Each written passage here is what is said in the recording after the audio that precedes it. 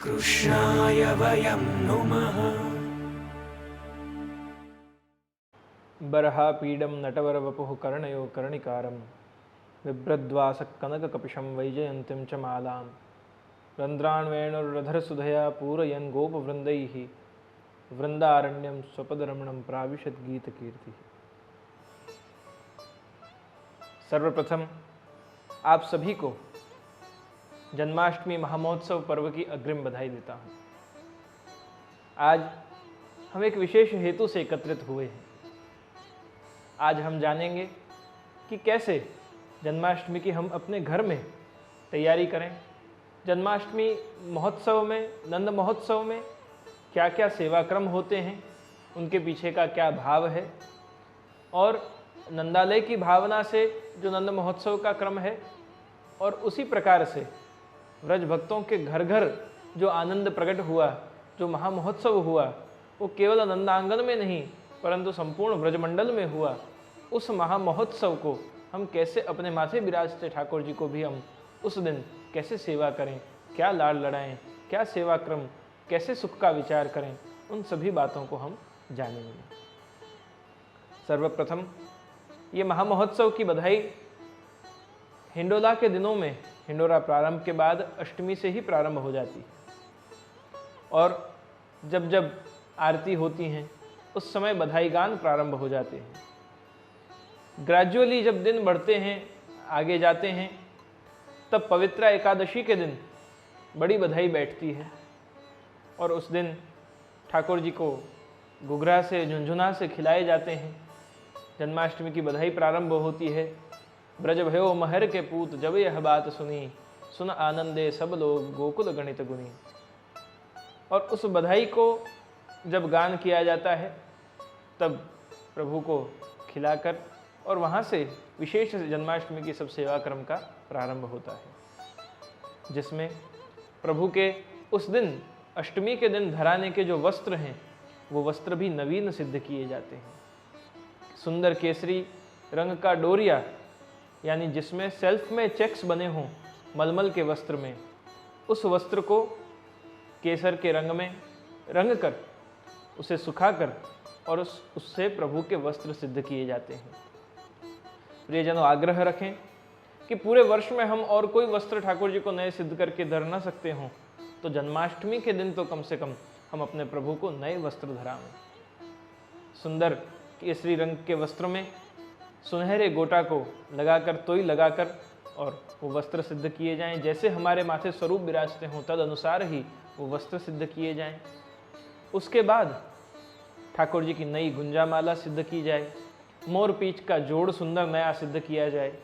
ये सभी वस्तु जन्माष्टमी के लिए तैयारी की जाती है। द्वितीया के दिन जब हिंडोरा विजय होते हैं, उसके बाद ठाकुर जी के ये सभी साहित्य को सिद्ध करते हैं, और विशेष रूप से तृतीया के दिन से ठाकुर जी को सुवर्ण के आभरण धराने में आते हैं। अब कई वैष्णवों को यह प्रश्न होगा कि स्वर्ण के आभरण तो फागुन में खेल के दिनों में धराए जाते हैं, तो फिर यहाँ जन्माष्टमी के पहले ये सोने के आभरण, स्वर्ण के आभरण धराने का क्या प्रकार है? पुष्टि मार्ग की ऋतु सेवा में उष्ण काल में ठाकुर जी को मोती के आभरण धराते हैं, शीतकाल में ठाकुर जी को विविध रत्नों के, नित्य में विविध रत्नों के आभूषण धराए जाते हैं, मीनाकारी आदि के आभूषण धराए जाते हैं, और फागुन में विशेष स्वर्ण एवं मीनाकारी के आभूषण ठाकुर जी को धराए जाते हैं। पर अब यहाँ इस जन्माष्टमी महामहोत्सव से पूर्व ठाकुर जी को क्यों सुवर्ण के आभरण धराए जाते हैं? तो सबसे पहले तो उसका एक कारण ये है कि आप अपने ठाकुर जी के जो आभूषण हैं, जो सुंदर नवरत्न आदि के आभूषण हैं, हीरा पन्ना माणिक फिरोजा पुखराज आदि के जो आभूषण हैं, उन आभूषणों को आप रिपेयर कर सकें। उसमें कुछ खंडित हो गए हों आभूषण, कोई मोती की माला टूट गई हों तो उनको आप वापस पिरो कर सिद्ध कर सकें, कोई पड़छिया टूट गए हों तो उनको नए बदल कर सकें, कोई आभरण बहुत पुराने हो गए हों तो उनको वापस पिरोई करके आप ठाकुर जी के लायक सिद्ध कर सकें।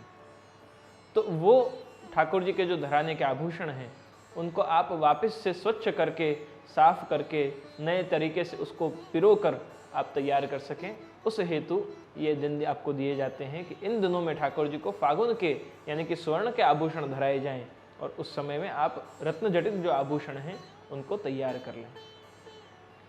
अब अष्टमी के पहले जब सप्तमी आती है, उस सप्तमी के दिन शाम को आप अपने माथे विराजते ठाकुर जी को शयन कराकर, शयन में निधि स्वरूपों के क्रम में विशेष रूप से वनमाला का क्रम रहता है। अलग अलग घरों में अलग अलग प्रकार से वनमाला का क्रम है। द्वितीया को हिंडोरा विजय होते हैं, उस दिन से वनमाला एक एक बढ़नी शुरू होती हैं और सप्तमी तक 7 वनमाला ठाकुर जी धरते हैं। कहीं 4 वनमाला का क्रम है प्रतिदिन, ऐसे अलग अलग क्रम से वनमाला बढ़ती हैं। वो वनमालाएं ब्रज भक्तों के भाव रूप हैं और ये जो स्वर्ण के आभरण हम ठाकुर जी को पूर्व दिनों में धराते हैं वो भी उष्णता का प्रतीक हैं। जैसे माता के गर्भ में बालक को उष्णता रहती है, वैसे ही ठाकुर जी वो स्वर्ण के आभरण जो हैं वो उष्णता का प्रतीक होते हुए ठाकुर जी को वही अनुभव कराते हैं। आगे बढ़ते हुए जब हम सप्तमी के शाम को पहुंचते हैं तब ठाकुर जी को अनोसर कराएं, उससे पहले उस दिन का साज जो है वो हम धोरा का साज लगाया जाता है। सुबह से शाम तक, उत्थापन तक ठाकुर जी के पीछे श्याम धोरा का साज लगाया जाता है और फिर शयन में लाल धोरा का साज। धोरा यानी जिसमें श्याम बेज के ऊपर या लाल बेज के ऊपर सुनहरे तोई को, गोटा को सीधे सीधे पट्टों में लगाया जाए, इक्वल डिस्टेंस उसमें मेंटेन करके उसमें सुनहरे या रुपेरी धोरा के वो किनारियों को लगाया जाए, उसे धोरा का साज कहते हैं। तो कारागृह के भाव से वहाँ शयन में एक दिन पूर्व धोरा का साज लगाया जाता है। तत्पश्चात ठाकुर जी को शयन नित्य के प्रकार से कराकर निधि स्वरूपों के क्रम में जहाँ नंदराय जी, यशोदा जी, गोपी ग्वाल आदि का आविर्भाव होता है और ब्रजभक्त का वेश धारण करके, नंद बाबा यशोदा जी का वेश धारण करके जहाँ नंद महोत्सव में जो विराजमान होते हैं उन सभी को पधारने के लिए विनती की जाती है, ठाकुर जी के बीड़ा झिलाए जाते हैं। तत्पश्चात ठाकुर जी के शयन होते हैं और शयन के बाद अगले दिन सुबह यानी अष्टमी को जो प्रातः सूर्योदय से पूर्व 4 बजे के समय में जो पंचामृत स्नान होने हैं, ठाकुर जी के शंखनाद जो 3 बजे होने हैं, उसकी सारी पूर्व तैयारियां एक दिन पहले ठाकुर जी के शयन पश्चात की जाती है। मंगल बंधनवार सुंदर देहरी चौक पूरना, अभ्यंग स्नान, पंचामृत स्नान की सुंदर तैयारी करना, ठाकुर जी की स्नान चौकी लगाना, सुंदर नूतन जरी का साज और उसके साथ एक और नया केसरी साज लगाना। साज भी 2 लगाए जाते हैं, पहले सादा केसरी, लाल आदि उत्सव के कोई रंग का नया साज और उसके ऊपर फिर जो नियम का जरी का साज होता है वो साज लगाया जाता है। तत्पश्चात सुंदर हल्दी को गीली करके और सिंहासन के आसपास, डेहरी के आसपास वहाँ रुई को गीली करके हल्दी में और उससे सुंदर कलाकृति रूप मंगल चिन्हों को चित्रित किया जाता है। सुंदर नूतन तोरण, आसोपालो पंच पल्लव के सुंदर तोरण को लगाए जाते हैं। वैसे तो विविध प्रकार के तोरण श्री ठाकुर जी के द्वार पर इस दिन विशेष रूप से लगाए जाते हैं।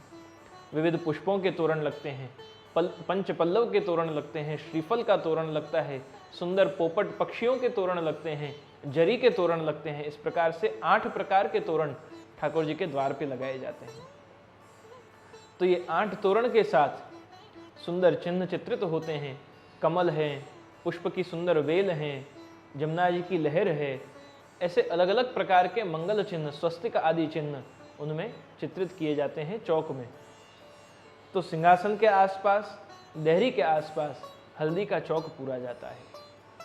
तत्पश्चात ठाकुर जी के अभ्यंग स्नान और पंचामृत स्नान की तैयारी। इस पंचामृत स्नान के हेतु सप्तमी के दिन रात को हमें दूध, दही, शर्कर यानी शक्कर और मधु और घृत, ये 5 वस्तुओं को हमें रात को ही नहीं भर देना है, परंतु उनके हेतु जो पात्र हैं उन पात्रों को एक चौकी पर सज्जा कर देनी है, एक चौकी पर साज देने हैं। उसके साथ साथ पंचामृत में हमें और कौन सी वस्तु चाहिएंगी?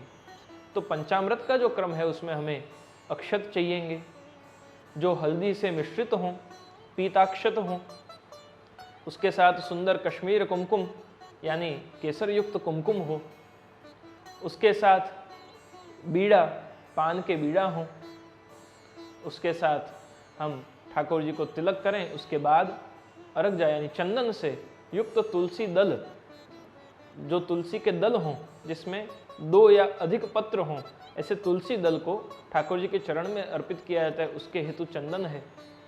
ये सभी वस्तुओं को हमें तैयार करना है। उसके साथ जिस शंख से हम स्नान कराने वाले हैं या तो जो कटोरी से हम स्नान कराने वाले हैं ठाकुर जी को, उसका शुद्धिकरण, पात्रों का शुद्धिकरण करके, स्वच्छ करके और उनको, उन छालिया आदि को हम तैयार करते हैं। ठाकुर जी को तिलक होगा, फिर पंचामृत से पूर्व वो तिलक बड़ा होगा तो उसके लिए भी एक कटोरी या तबकड़ी रखी जाती है। तबकड़ी यानी एक छोटी सी ट्रे जिसको कहते हैं, जिसमें हम झारी जी पधराते हैं, बीड़ा पधराते हैं, ऐसी एक तबकड़ी को अलग रख लिया जाता है प्रसादी कुमकुम जो बड़ा हो उसको पधराने के लिए। फिर आता है अभ्यंग।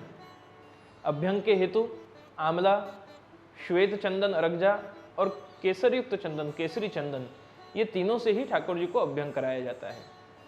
रात्रि में हम उस आंवला में थोड़ी हल्दी मिश्रित करें, उसके साथ अंबर, कस्तूरी आदि सुंदर सुगंध के अर्क हों, अत्र हों तो थोड़ा सा उनको भी मिश्रित करें सुगंध हेतु।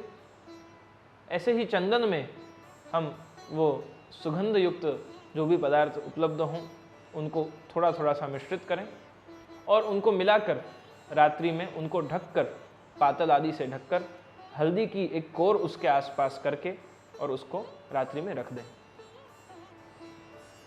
बालक के कुशल स्वास्थ्य हेतु वो हल्दी युक्त जो आंवला है वो एंटीबायोटिक का काम करता है।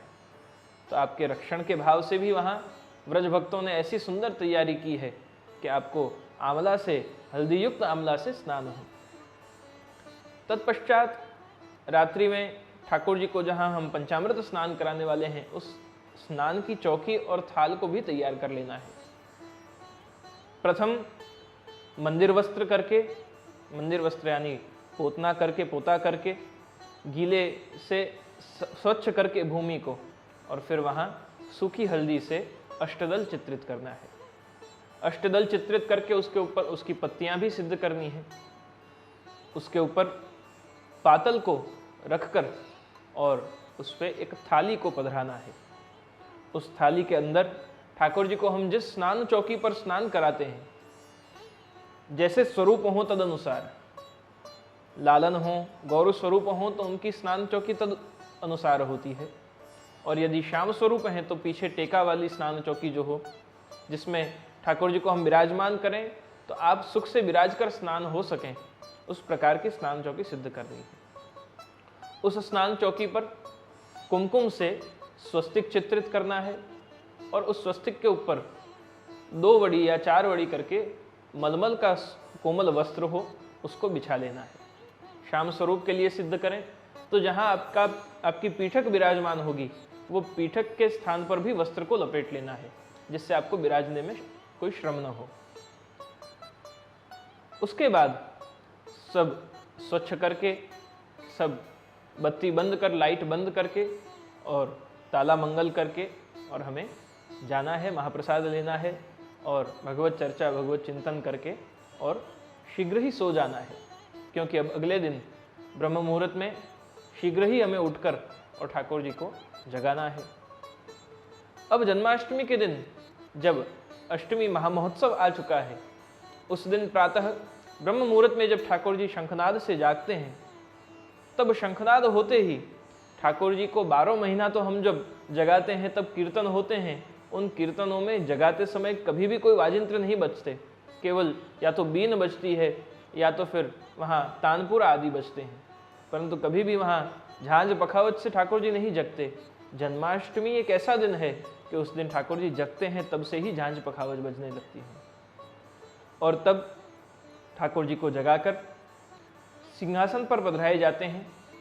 नित्य क्रम में जिस प्रकार से आप ठाकुर जी को जगाने से पहले द्वार पर दंडवत करके द्वार से विनती करके श्री स्वामी जी के श्रीहस्त रूप, जो मुट्ठी रूप, जो ताला है, उस ताला को खोलकर, और जब आप निज मंदिर में क्षमा मांगते हुए प्रवेश करते हैं कि हम निज मंदिर, वो भी भगवत धाम है, भगवत स्थान है, उसमें प्रवेश कर रहे हैं, तो वहाँ हम पैर रख रहे हैं हमारे, उसकी क्षमा मांगते हैं। वो स्वरूपात्मक स्थान है और उसमें हम पैर रख रहे हैं, हमारे पैरों का स्पर्श करा रहे हैं, उसकी क्षमा मांगते हुए जब हम प्रवेश करते हैं, तो प्रवेश करके सर्वप्रथम उस स्थान को पुनः एक बार सोहनी यानी कि बुहारी करके, जो हमारे मन को भी प्रभु को सुहाए ऐसा कर दे, ऐसी सोहनी वो हम निज मंदिर में करते हैं।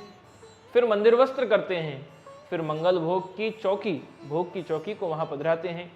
दूध घर की सामग्री जो ठाकुर जी को धरानी है, उस दूध घर की सामग्री जो हमें ठाकुर जी को धरानी है, उस दूध घर की सामग्री को हम वहाँ थाल में सजाकर माखन, मिश्री, दूध, संधाना, बिलसारू, दही, मलाई, इन सभी वस्तुओं को, इन सभी सामग्रियों को हम वहाँ थाल में सिद्ध करते हैं।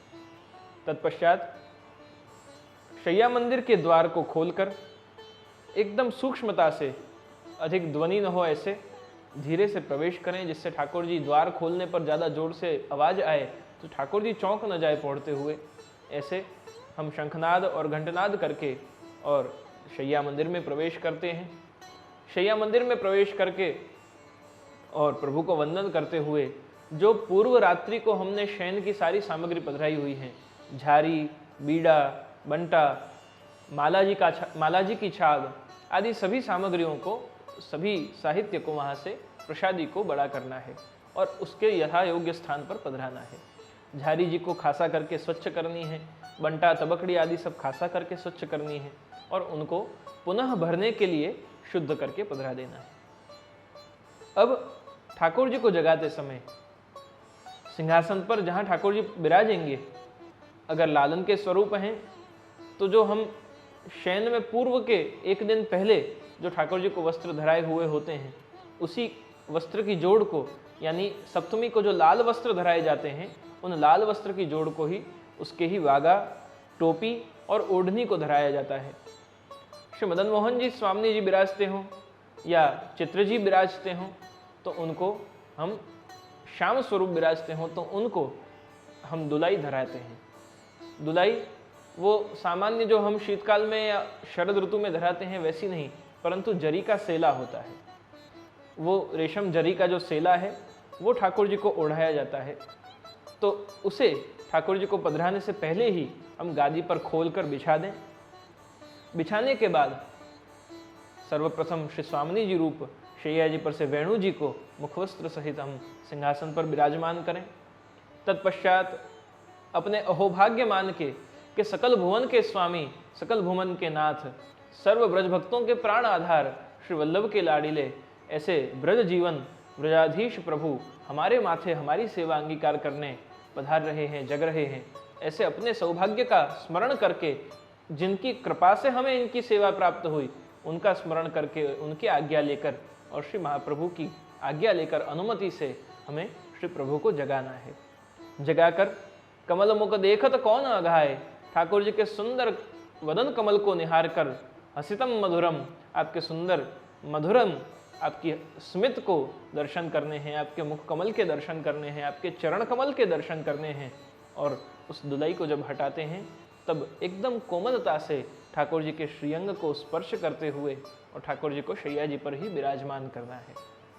विराजमान करके तत्पश्चात ठाकुर जी को सिंहासन पर कोमलता से पधरावें, उस दुलाई को ओढ़ा कर और उस दुलाई के ऊपर एक विशेष जन्माष्टमी के दिन यह क्रम किया जाता है कि जिसमें ठाकुर जी को उस दुलाई के, उस सेला के ऊपर एक रत्न जटित हार धराया जाता है।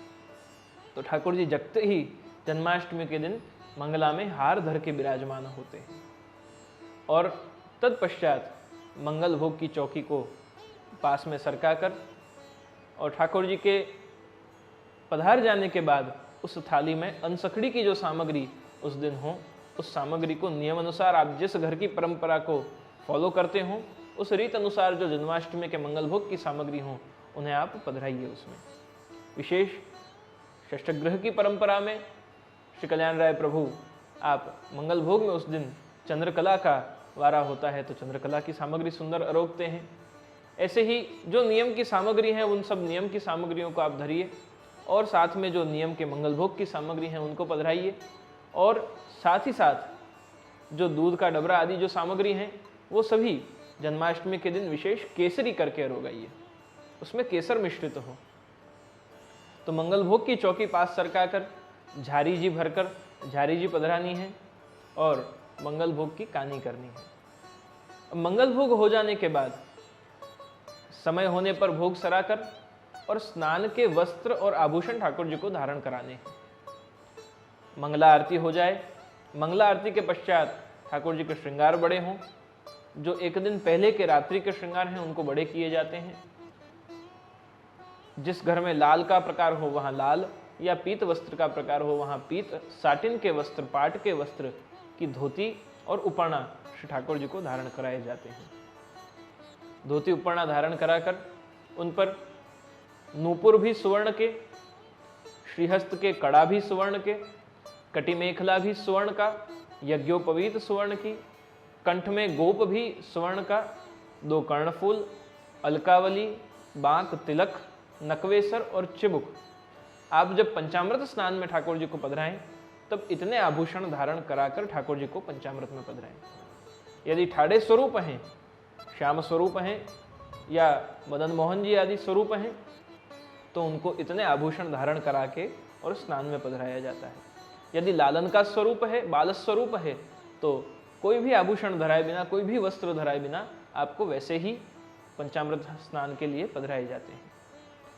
श्री स्वामी जी विराजते हों तो आपको भी उसी प्रकार से रेशमी साड़ी धराकर, मजला वस्त्र, बड़ा वस्त्र, साड़ी धराकर और तत्पश्चात उसमें स्वर्ण का ही कटिपेज, स्वर्ण का गोप धराकर और श्री स्वामी जी को स्नान के लिए पधराइए। तिलक करके स्नान की चौकी पर विराजें। तत्पश्चात ठाकुर जी को सर्वप्रथम स्नान के लिए पधराइए। स्नान के लिए पधराएं, उसके बाद सर्वप्रथम ठाकुर जी को स्नान के लिए पधराइए। उससे पहले जो पंचामृत की चौकी आपने रात्रि में तैयार की थी, उस चौकी में जो आपने पंचामृत के जो डबरा पधराए हुए हैं, जो पात्र पधराए हैं जिनमें आपको पंचामृत भरना है, वो मंगल भोग धर के ही आपको तैयार कर लेने हैं। दूध, दधी, घृत, शर्करा और मधु, ये 5 वस्तुओं को तैयार कर लेना है।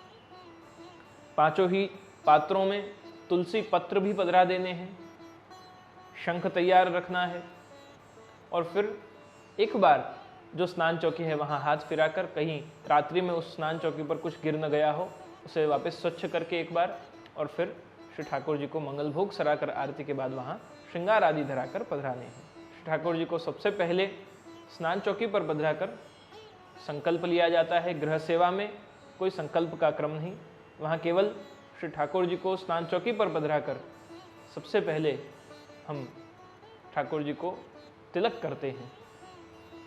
तिलक करने के बाद श्री ठाकुर जी को तिलकाक्षत बाद बीड़ी को कुमकुम युक्त करके हम पधराते हैं।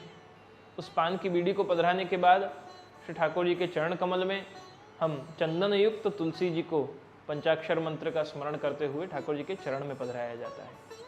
तत्पश्चात हम श्री ठाकुर जी के स्नान हेतु जो शंख है, उस शंख में भी तुलसी दल को चंदन युक्त करके पधराते हैं। चंदन युक्त उस शंख से हम प्रभु को स्नान कराना प्रारंभ करें। उससे पहले प्रसादी कुमकुम से जो तिलक है, उस तिलक को, प्रसादी कुमकुम को बड़ा कर लेना है और तबकड़ी में पधराना है। जो पान के प्रसादी बीड़ा हैं उनको भी आज्ञा लेकर बड़े करने हैं और उनको भी सिंहासन पर पधराने हैं और तत्पश्चात पंचामृत स्नान का प्रारंभ करना है। इसमें एक प्रश्न ये हो सकता है कि जो चित्रजी स्वरूप हैं, वो चित्रजी स्वरूप को क्या क्रम किया जाए। तो चित्रजी के स्वरूप में प्रतिबिंब स्नान का प्रकार भी लिया जा सकता है, जहाँ आप अपने ठाकुर जी के, चित्रजी के सन्मुख सामने एक आरसी दर्पण रखें, जैसे जगन्नाथ जी के होते हैं। जैसे अनेकविध स्वरूपों के क्रम है, ऐसे ही सामने आरसी रखकर, दर्पण रखकर और उसमें ही ठाकुर जी को पंचामृत स्नान दर्पण पे कराए जाएं।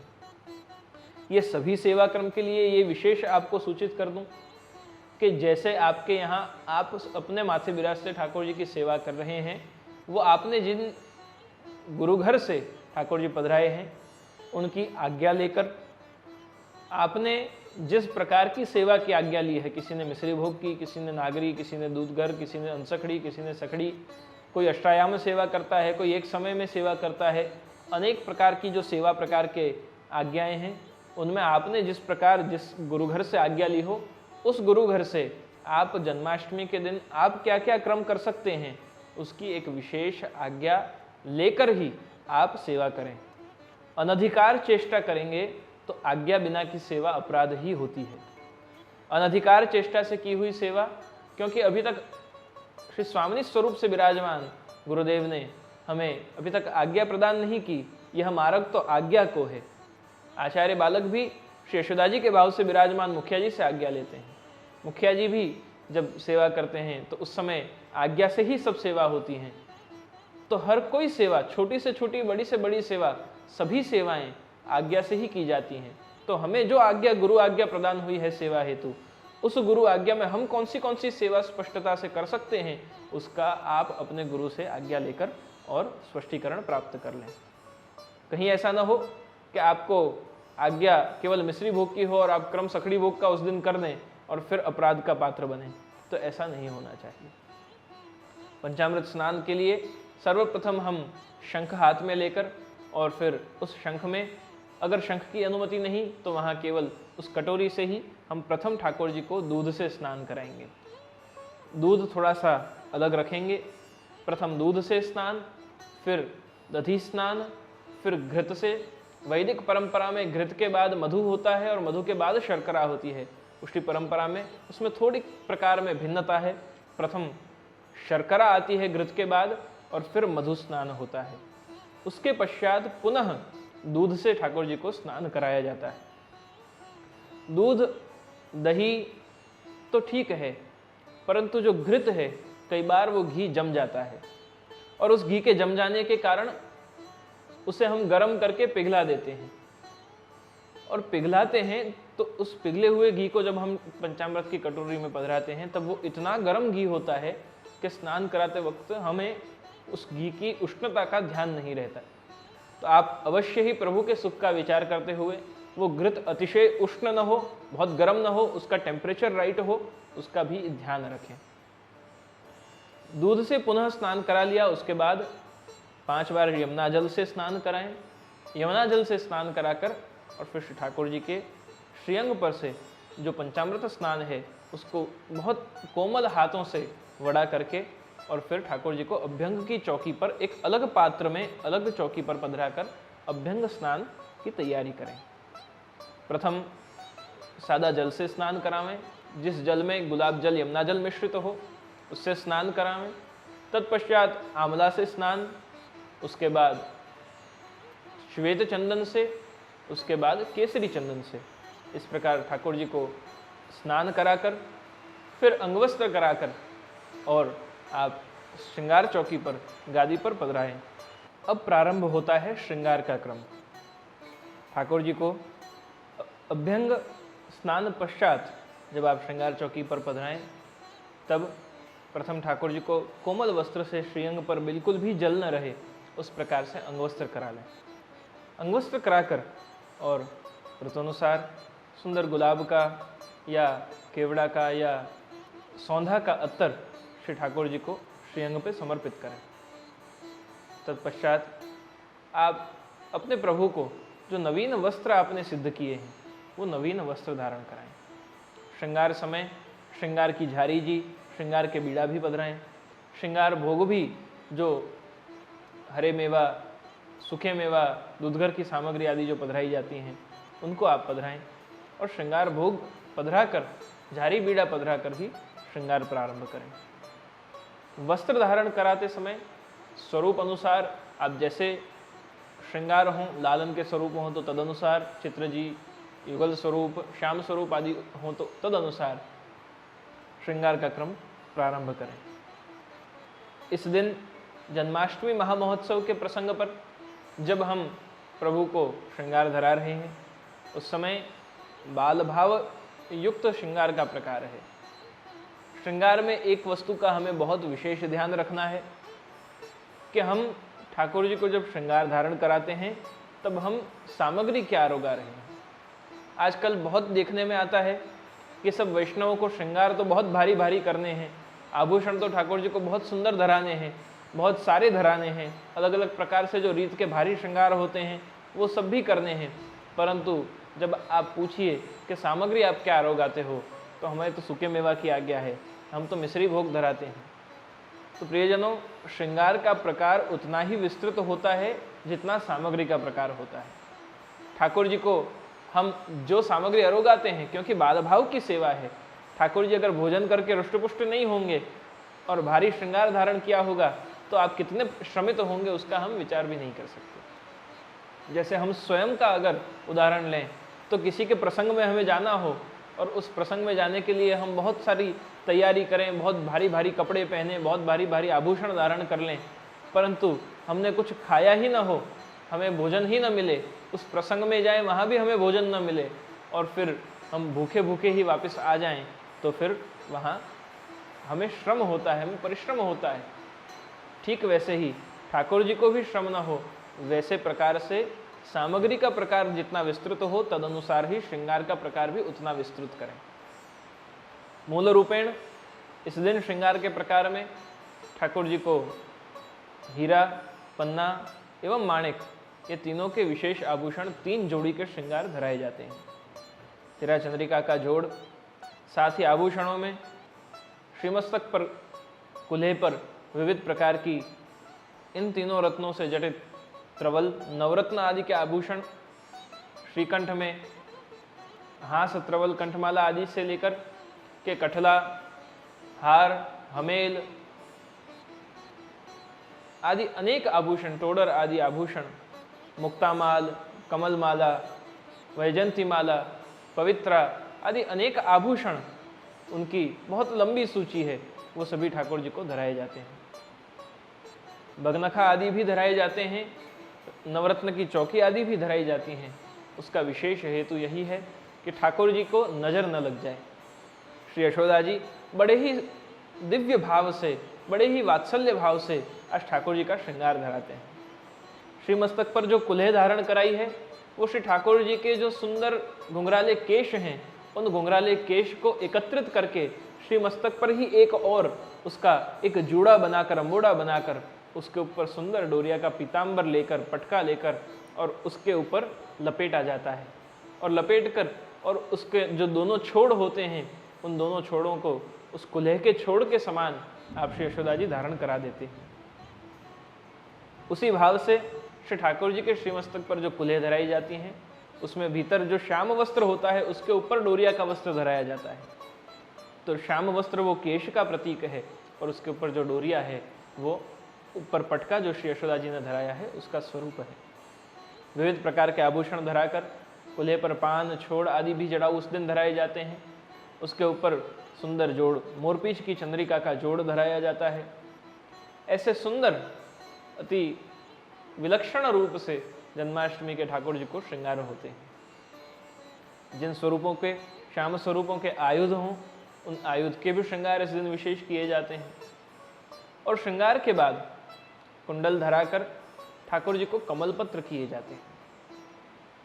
वर्ष में इस दिन ठाकुर जी को सुंदर चंदन में केसर मिलाकर, उस चंदन को अतिशय कोमल करके उसमें केसर मिलाकर और शलाका से या लगाव की ही एक बाती पतली सी बनाकर, उससे शलाका भी ऐसी हो कि जिसका अग्रिम भाग हो वो धार वाला न हो, तीक्ष्ण न हो, वो भी गोल हो, ऐसी कोमल शलाका से श्री ठाकुर जी के मरवट जैसी एक कमल पत्र किया जाता है। वो कमल पत्र श्री ठाकुर जी को अर्पण किया जाता है श्री स्वामिनी जी के भाव से। श्री स्वामिनी जी ही उस कमल पत्र को सिद्ध करती हैं। ऐसे भाव से जन्माष्टमी के दिन ठाकुर जी के सुंदर नवल श्रृंगार धराए जाते हैं। तत्पश्चात पूरे वर्ष में जन्माष्टमी का दिवस ऐसा है कि जब ठाकुर जी को तिलक श्रृंगार समय में होता है। और सभी उत्सवों में, श्री महाप्रभु जी का उत्सव हो, राधाष्टमी हो, श्री गोसाई जी का उत्सव हो, जिस घर की परंपरा हो उस घर के मूलाचार्य का तिलक हो, उत्सव हो, इन सभी दिनों में श्री ठाकुर जी को तिलक राजभोग समय में किया जाता है। परंतु जन्माष्टमी एक ऐसा दिन है कि जिस दिन ठाकुर जी को तिलक भी श्रृंगार समय होते हैं। उसके पीछे का भाव यह है, कारण यह है कि जन्म का जो प्रकार है उसमें सतिलम गुड़ सम्मिश्रम तिलगुड़ अर्पण किया जाता है, वर्षफल का वांछन होता है, ठाकुर जी को तिलक आदि जो होते हैं, आरती आदि जो होती है, वो सब जो प्रकार हैं वो एक रूप से मार्कंडेय पूजा का पूरा प्रकार है। और वो तब की जाती है जब भोजन बाकी हो, सखड़ी ग्रहण करके, भोजन ग्रहण करके वो नहीं किया जाता। तो नंदराई जी यहाँ जब अपने बालक के प्रागट्य पर जो मार्कंडेय पूजन कर रहे हैं वो भोजन से पूर्व का समय है, इसलिए वो श्रृंगार समय में तिलक आरती का क्रम किया जाता है। मार्कंडेय पूजा इसलिए होती है, ये भी एक बड़ी भ्रांति है कि मार्कंडेय ऋषि का जो पूजन है वो इसलिए होता है कि वो अष्टम चिरंजीव हैं। अश्वत्थामा बलिर्व्यासो हनुमांश विभीषण कृप परशुराम सप्तैते चिरंजीविनः, ये 7 चिरंजीव हैं। अष्टम मार्कंडेय ऋषि ही, मार्कंडेय ऋषि को ये वर प्राप्त है कि वो चिर आयुष्य वाले हैं, उनका आयुष्य बड़ा है।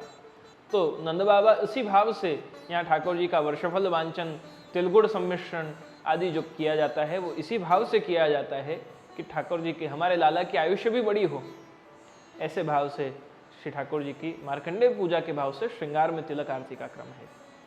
वो तिलक आरती का क्रम जब होता है उसमें सबसे पहले हम आरती जो है वो 52 साथिया की सुंदर आरती को सिद्ध करके, सुंदर रंगों से उसको चित्रित करके, मोतियों सहित उसमें चून का एक दिवला, पीले हल्दी युक्त चून का दिवला सिद्ध करके उस दिवले पर हम कुमकुम से चित्रण करें, चौरस उस दिवले की आकृति रखें, उसमें 4 मुठिया पधराए जाएं, उन पर भी कुमकुम से चित्रण किया जाए।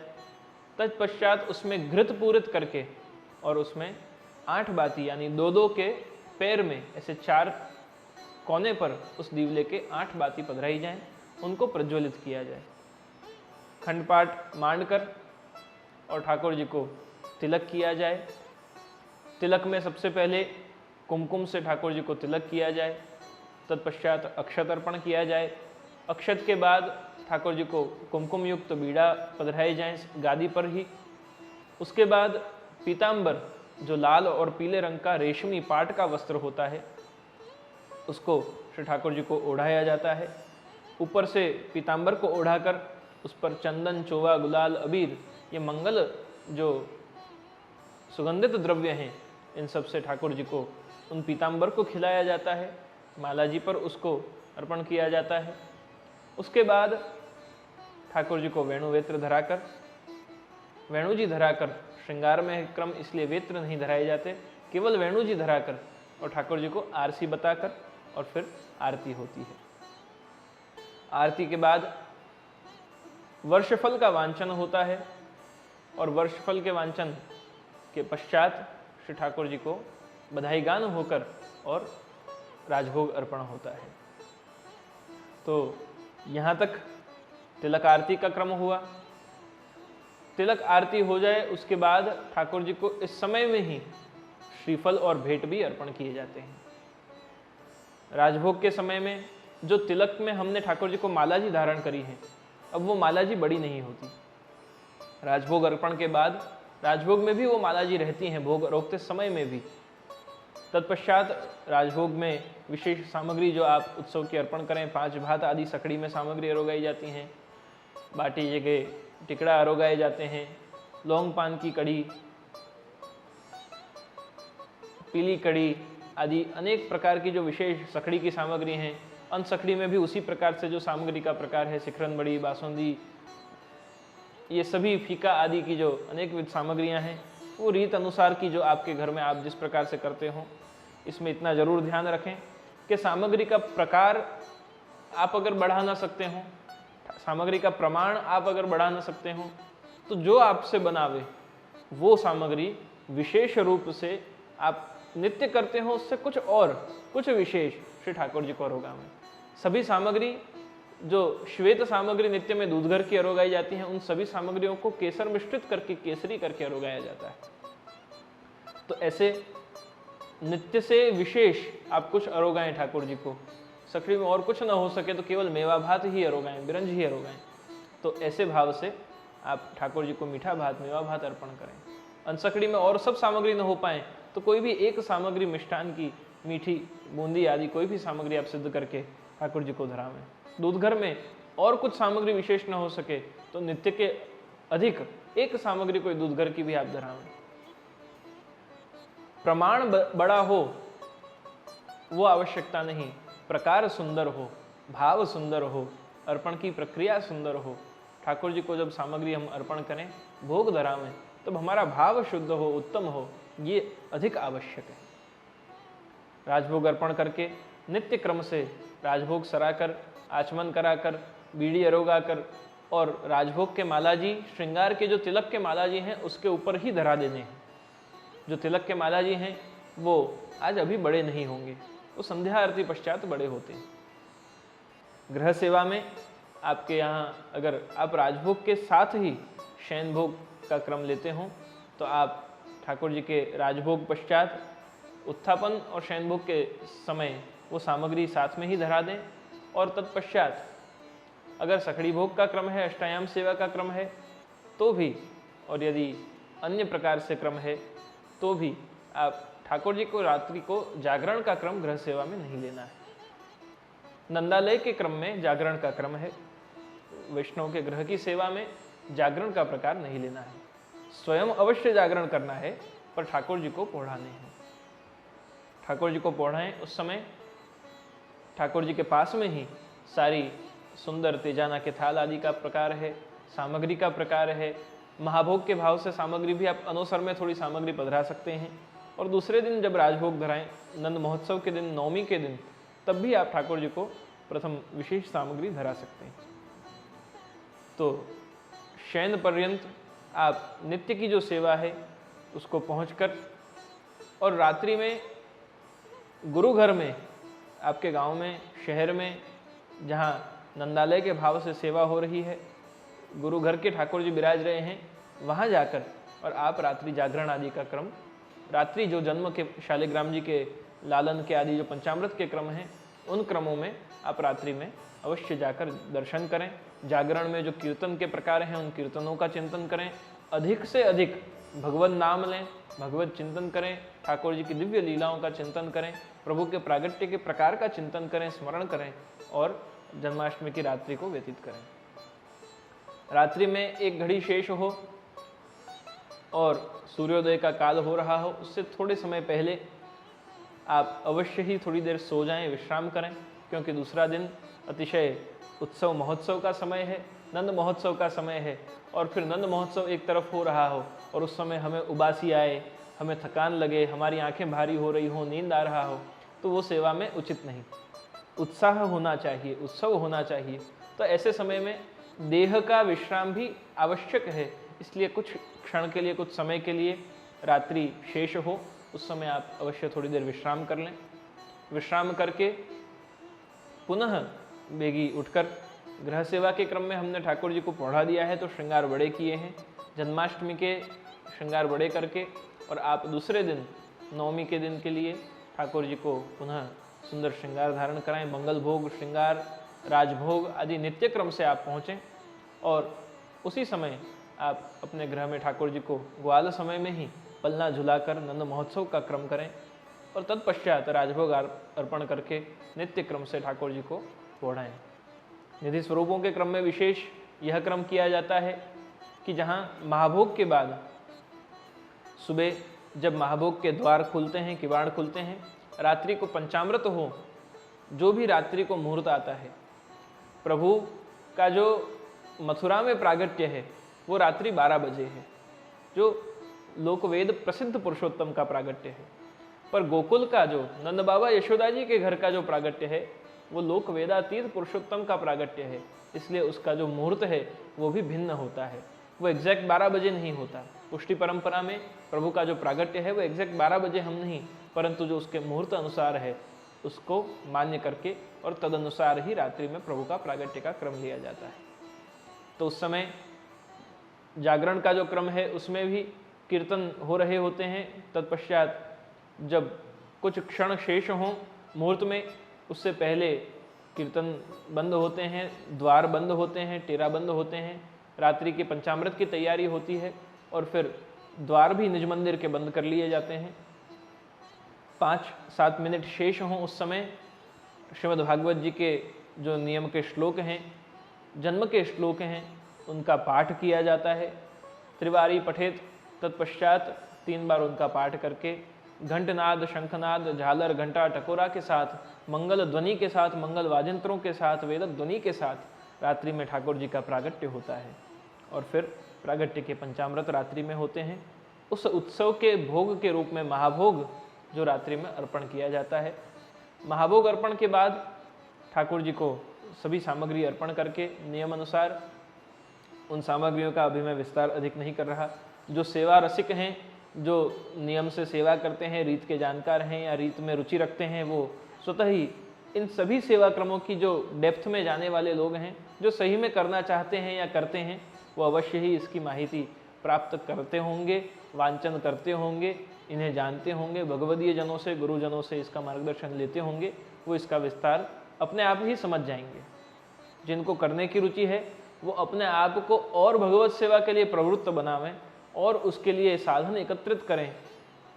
वैसे तो नहीं साधन संपत्तियाँ, कोई साधन संपत्ति की सेवा के लिए आवश्यकता नहीं, परंतु जो साधन संपत्ति या जो हमारे पास अवेलेबल रिसोर्सेज हैं, उन सभी वस्तुओं को कैसे उचित रूप से भगवत सेवा के लिए विनियोग करना, वही एक वैष्णव का परम कर्तव्य है।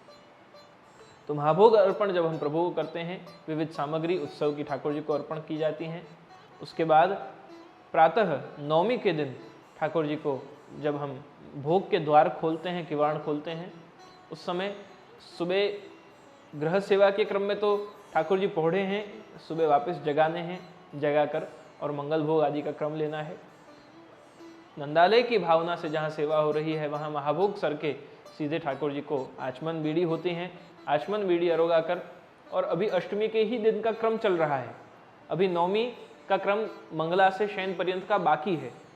तो महाभोग के बाद महाभोग सर के बीड़ी अरोग कर महाभोग की माला जी धर के और आरती होती है। महाभोग की आरती होकर झालर, घंटा, टकोरा आदि आरती के चालू रहते हैं और ठाकुर जी आरती के पश्चात तुरंत आप पलना में विराजमान होते हैं। पलना की सजावट, पलना की तैयारी सब बहुत सुंदर रूप से की जाती है। पलना में गादी जो बिछाएं, उस गादी में भी अगर लालन के स्वरूप हों, जिनकी गादी के श्रृंगार हों, तो वो पलना के नीचे एक आप रुई की मखमल वाली गादी बिछाकर पतली, और उसके ऊपर आप ठाकुर जी की गादी को पधराइए। श्याम स्वरूप का क्रम हो, चित्रजी आदि का क्रम हो, तो पलना की जो गादी है वो अलग से गादी तैयार की जाती हैं, जो रुई की बनी हुई गादी हो। जैसे हम एक बालक को सुलाते हैं तो एक तकिया उसके मस्तक के पास रखते हैं, एक तकिया उसके चरण के पास रखते हैं, 2 तकिया उसके गाल के आसपास गाल मसूरिया के रूप में रखते हैं, जिससे कहीं उसकी गर्दन खेल न जाए। ऐसे पलना को भी तैयार करना है। दोनों तरफ 2-2 तकिया पधराने हैं, एक तरफ मस्तक के भाव से, एक तरफ चरण के भाव से। जहाँ मस्तक का भाव है वहाँ ठाकुर जी के वाम भाग में हम चरण का भाव रखें और ठाकुर जी के दक्षिण भाग में यानी हमारे लेफ्ट साइड हम ठाकुर जी के मस्तक की तैयारी करें, जिसमें एक तकिया, उसके पास 2 गाल मसूरिया, और दक्षिण भाग में हमारे राइट साइड ठाकुर जी के चरण की तैयारी करें। वहाँ तकिया के ऊपर एक केसरी डोरिया की तोई वाली ओढ़नी या चादर जैसी पटली करके और पधरानी है, जिससे ठाकुर जी को जब यशोदा जी पौढ़ाएं तब उसको ओढ़ाकर और ठाकुर जी को ढक सकते हैं। अपनो लाल काहू देखन न दे हूँ, जिनको उलावो डीठ। कोई ठाकुर जी को नज़र लगा दे, इसलिए ठाकुर जी को यशोदा जी पलना में पौढ़ाकर और वो मलमल की सुंदर डोरिया की चादर ओढ़ा देती हैं, जिससे ठाकुर जी को देखकर और कोई ठाकुर जी को नज़र न लगा दे।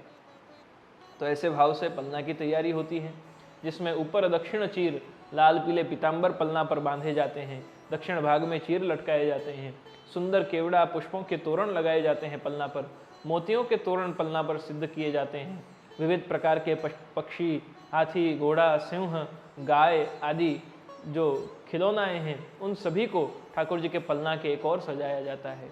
विविध प्रकार की ध्वनि करें और ठाकुर जी को मुस्कुराहट आवे, ठाकुर जी के मुख कमल पर प्रसन्नता आ जाए, ऐसे झुनझुना, फिरकनी, चकरी, वंगी, फिरकनी लहटू, झुनझुन हाथ बजावे हो, श्री विठ्ठल नाथ झुलावे हो, प्रिय नवनीत पालने झूले।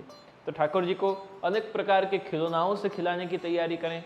ऐसा भी प्रयास करें कि आप कहीं भी बाहर गए हों तो वहाँ से जन्माष्टमी के ठाकुर जी के खेल के लिए, ठाकुर जी को खिलाने के लिए आप कोई ना कोई खिलौना ठाकुर जी के लिए अवश्य पधरा के आवें। पारंपरिक काष्ठ के जो खिलौना होते हैं, सुरंग के काष्ठ के जो खिलौना होते हैं, उनको विशेष आप ठाकुर जी को खिलाएं। तत्पश्चात पलना की ये सारी तैयारी करके और श्री ठाकुर जी को पलना में पधरावें। पलना की सामग्री भी ठाकुर जी के साथ पधराई जाती हैं, उन पलना की सामग्रियों को भी तैयार करें। माखन, मिश्री, सूखा मेवा आदि भी ठाकुर जी के पास पधरावें। जो अक्षय तृतीया के दिन से उष्णकाल का क्रम प्रारंभ होता है, वो यहाँ आज जन्माष्टमी के दिन नंद महोत्सव में पलना के क्रम में आकर पूर्ण हो जाता है। तो जो कुंजा रथ यात्रा से प्रारंभ हुए, चांदी के कुंजा आदि, अत्तरदानी, गुलाबदानी, चंदन की बरनी, ये सभी जो उष्णकाल की सामग्री जो धीरे धीरे एक एक चीज़ बंद होती कुछ कसुम्बा छठ को बंद हुआ, कुछ अक्षय तृतीया से जो प्रारंभ हुई थी वो वस्तु रथ यात्रा के दिन बंद हुई, कुछ हिंडोला प्रारंभ से बंद हुई, ऐसे अब जन्माष्टमी के दिन ये कुंजा, अत्तरदानी, गुलाबदानी आदि एक थाली में पधरा कर और उनको भी पलना के पास पधराना है। आज वो अंतिम सेवा में इस वर्ष की अर्पण होते हैं। ऐसे ही एक और अनेक प्रकार के तेजाना, सूखे मेवा की थाली सिद्ध करके पधरानी है। ऐसी सामग्रियां सुंदर ठाकुर जी के आसपास पधराना, सुंदर तोरण, मंगल बंधन वार सिद्ध करें और फिर नंद महोत्सव के जो श्लोक हैं श्रीमद् भागवत जी के, उसी भाव अनुसार, उसी प्रकार से कीर्तनों के भाव लेकर 8 कीर्तन के, 8 नंद महोत्सव के और पलना के कीर्तन, इस प्रकार से जो 16 कीर्तन हैं, उन 16 कीर्तनों को गान करते हुए आप नंद महोत्सव का सुंदर प्रकार अपने गृह सेवा में लें। ठाकुर जी की पलना की आरती हो, श्री यशोदा जी के भाव से आरती हो, तत्पश्चात ठाकुर जी को आप गृह सेवा के क्रम में पलना के बाद पुनः सिंहासन पर पधरा कर राजभोग अर्पण करें। राजभोग में ही महाभोग का भाव अर्पण करें और नित्य क्रम से ठाकुर जी की सायंकालीन तक सेवा पहुंचकर और प्रभु को पौढ़ाने का क्रम है। नंदालय के भाव में जहाँ ठाकुर जी को भी मंगला बाकी है, तो नंद महोत्सव हो जाए उसके पश्चात ठाकुर जी को मंगल भोग धरे जाते हैं। जो दुलाई ठाकुर जी के पास गादी पर पलना में पधराई गई है, उसी दुलाई को ठाकुर जी को ओढ़ा दिया जाता है।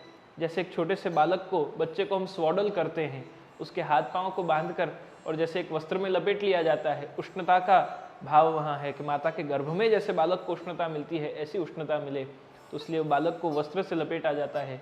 ऐसे ही ठाकुर जी को भी वस्त्र से लपेट लिया जाता है और फिर वहाँ पलना में ही ठाकुर जी को मंगल भोग अर्पण होते हैं। मंगला आरती होती है।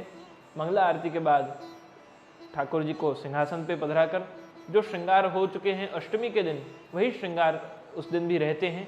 उनको संवार कर, उनको वापस थोड़े व्यवस्थित करके श्रृंगार के माला जी धरा कर और ठाकुर जी को श्रृंगार का क्रम, नियम अनुसार राजभोग का क्रम, उत्थापन, संध्या आरती के पश्चात ठाकुर जी को श्रृंगार बड़े होते हैं। यदि रात्रि को आपने श्रृंगार सहित ठाकुर जी को शयन कराए हैं, जो रात्रि के क्रम में नंदालय के भाव में जो रात्रि में ठाकुर जी को पढ़ाए जाते हैं, उसमें श्रृंगार बड़े नहीं होते, तो अष्टमी के जो श्रृंगार हैं वही नवमी तक रहते हैं। तो नवमी के दिन जब रात्रि में हम ठाकुर जी के संध्या आरती पश्चात श्रृंगार बड़े करते हैं, तो उस दिन के स्नान ठाकुर जी के बाकी हैं, क्योंकि सुबह श्रृंगार के समय हमने उस दिन स्नान नहीं कराए हैं। तो संध्या आरती के बाद श्रृंगार बड़े करके स्नान कराकर और फिर ठाकुर जी को दुलई धराकर और फिर शयन भोग धराना है। शयन भोग अर्पण कर नियम अनुसार नित्य के क्रम से और ठाकुर जी की आरती, शयन आरती, और जितना शीघ्र हो सके उतना ठाकुर जी को पौढ़ाने का प्रकार करना है, क्योंकि पूरे दिन के ठाकुर जी नंद महोत्सव, महाभोग आदि ठाकुर जी श्रमित हैं, तो वो श्रम निवारणार्थ जितना हम शीघ्रता से सब सेवा क्रम में पहले से पहले एडवांस तैयारी करके और ठाकुर जी को पौढ़ा सकें, उस अनुसार ठाकुर जी को शयन कराने हैं।